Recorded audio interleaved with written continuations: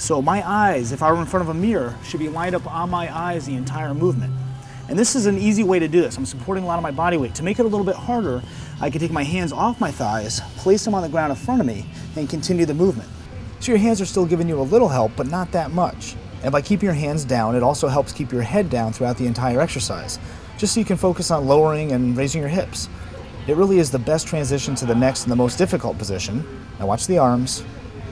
Aha, the true frog squat. Your arms aren't helping out at all, and all of your body weight is now supported by your legs in a very biomechanically inefficient position. These are a lot tougher than they look. Now, if you have any physical limitations that may limit your range of motion, you may want to do just that, limit your range of motion. Definitely don't go down too low, and you may want to do this over a bench or low chair initially, just for reassurance.